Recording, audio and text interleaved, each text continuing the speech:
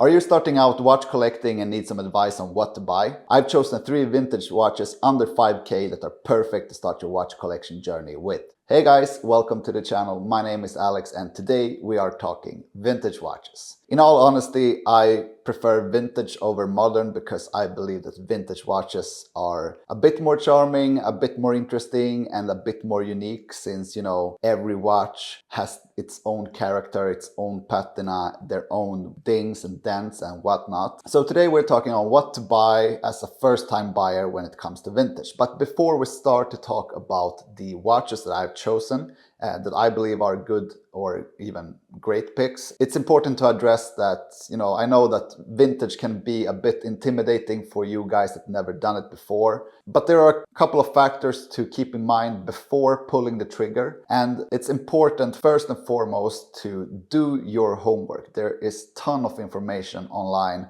about different reference numbers, dials, hands, what to look out for if the parts are replaced, if it's aftermarket this or aftermarket that. So please do your homework before you pull the trigger. Second of all, it's important to buy from a reputable dealer, and this kind of eliminates the first thing I mentioned about the change of parts and this and that. If you buy from a good dealer or a good source, then these things are usually already checked. But it's good also to double check things and ask questions, because end of the day, if you're buying something and you end up selling it and then it turns out it has fake parts or whatever, it's good to do this before you pull the trigger to avoid any future headaches. So today, 3 picks under 5K. We have picks from Rolex, Omega and Cartier. All 3 are great watches. They are easy to find, they are easy to sell if you would like so in the future, and they are also with movements that are still quite easy and affordable to service. If we start out with the first one, the Rolex Datejust. So here you have a couple of options to choose from depending if you want one in all stainless steel, if you want two-tone, if you want quickset or non-quickset. I'll get back to the quickset function in a bit. The Rolex Datejust is one of the most iconic models in, the world of watchmaking till this day. It's still in production. It's been in production for like 80 years. It's a very good first-time purchase for the guy that wants a Rolex but is on a budget. In the video, we have featured a 16013, which is a two-tone version of the Datejust, 36mm steel and 18 karat yellow gold. What's good with the Datejust is that you can get it in so many different versions, so I'd say there's probably something for everyone. If we start with the one featured here today, it's a 16013 mid-80s with a quickset function to the date, which is very convenient if you don't wear the watch every day, so you can quickset the date easily. On the older versions, the 4-digit references, there's no quickset on the date, so you have to turn basically the hour hand 24 hours to change the date, which can be a bit of a headache if you have to do it for like 30 days to set the correct date, but that's just part of the charm. So for the 4-digit references, we have 1601, 1603. 1601 has white gold bezel, 1603 has a stainless steel engine turned bezel. The later one is a bit cheaper than the first one since the precious metal bezel, of course. These are great choices. They pack a lot of charm, they have good reliable movements, and it's a Rolex, something that, with this watch, brand recognition comes with it, but it's still a very good watch that you can use for every day, also for many different occasions. You can dress it up a bit if you remove the bracelet and put on a leather strap, for example. So this is a watch that is perfect for every day, can easily swim with it if you have pressure tested it before, so please do that before you jump into the pool. But this is a super solid buy for the budget. And we're talking about 4 to 5K for a stainless steel one, 1601 or 16014, which is the quickset version of the Datejust in steel. And then a bit more, around 5K for a two-tone version. So Datejust, either if you go stainless steel or two-tone, either if you go 4-digit or 5-digit references, it is possible to find within this budget, and it's a great first purchase for starting your watch collection. Number 2 on the list, the Omega Speedmaster. I mean, it's the moon watch. It's a watch that's, you know, one of the most recognizable watches on the planet, and it's a watch that's been on the moon and that has been made for many years in many different versions. But today we're focusing on the versions from the late 60s to the mid-late 90s, because there are a couple of references there that you can choose from. If you're going to buy a moon watch, I'd suggest you get one with tritium hour markers and hands, because these usually turn yellow, which is charming in my eyes, adds a bit of extra, you know, sauce. And that's part of the vintage charm, you know, patina on the hour markers and hands is very nice. If you don't like it, you can always choose something a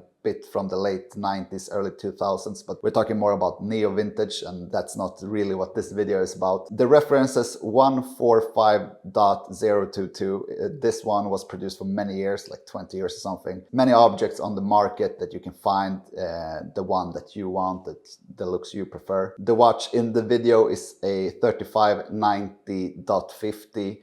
So it's a model that came just before they changed the caliber. So this one and the 145.022 are equipped with the caliber 861. Still quite easy to service, still quite easy to maintain. It's a good workhorse movement. It is a watch that's equipped with a chronograph. It is a watch that's very versatile, that you can have either on the bracelet or on tons of different straps. So this one is easy to change appearance with, depending on if you want to put it on like a matte black alligator strap to make it a bit more dressy, if you want to put it on a suede strap, dress it down a bit, or if you just want to keep it on a bracelet. There are many options for the Speedmaster, and you can find them around 4 to 5K, depending on the condition and the patina and the accessories, of course. But this is also one of my, you know, go-to recommendations for first-time buyers that want something that's very nice and reliable. And if you want to nerd down more on the Speedmaster, there are like 1 million guides out there on different references with, you know, taking up all these small changes between the models and stuff like that. It's very easy to get a lot of base knowledge on the Speedmaster by just Googling about reference guides and stuff like that. Last but definitely not least in my eyes, the Cartier Santos, and we're talking about the Cartier Santos Carrée,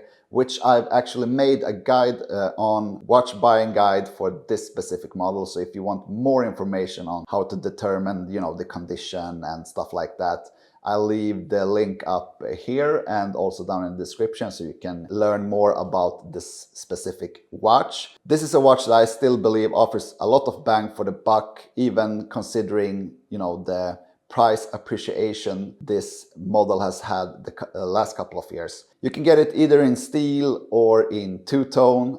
You can't go wrong with either. I still believe the two-tone is a bit more nice in my eyes, but the steel one is a bit more rare. What's important with the Santos, if you're going for a reference 2960, which is the stainless steel one, or a 2961, which is the two-tone, is that you go and try to find the best possible condition. This is getting a bit more tricky, considering they are getting a bit more hard to find in nice unpolished conditions, but it's possible to do so still under 5K, which makes this one one of the best picks under 5K. I just love the design, the heritage, the, you know, sportiness of this watch. This is a great piece for daily wear. You can swim with it if you pressure test it, as always. I've done so. People say it's only water resistant to 30 meters, but in my eyes that's perfectly fine if you're just taking it for a dip in the pool. One of the best and nicest looking Cartiers, one of the most popular Cartiers. I'm in love with this model. I've had maybe 20 or 30 pieces throughout the years in all different kinds of materials, from, you know, steel to gold. But yeah, I mean, this one can't go wrong. It's a very solid pick. It has an ETA movement. It's easy to service. It's cheap to service. It's even cheap if you need to swap out the whole movement. It won't cost you more than a couple of €100. So this is a great buy. And don't forget to check out the guide if you need more information on what to look after if you're going to buy one of these. All right, so that's my 3 picks for vintage watches under 5K. Let me know in the comments, guys, what you would pick for this budget. Are you agreeing with my top 3 picks, or would you choose something completely else? I'd love to hear your thoughts on this. Don't forget to like, comment, share, subscribe, and I'll see you guys next time.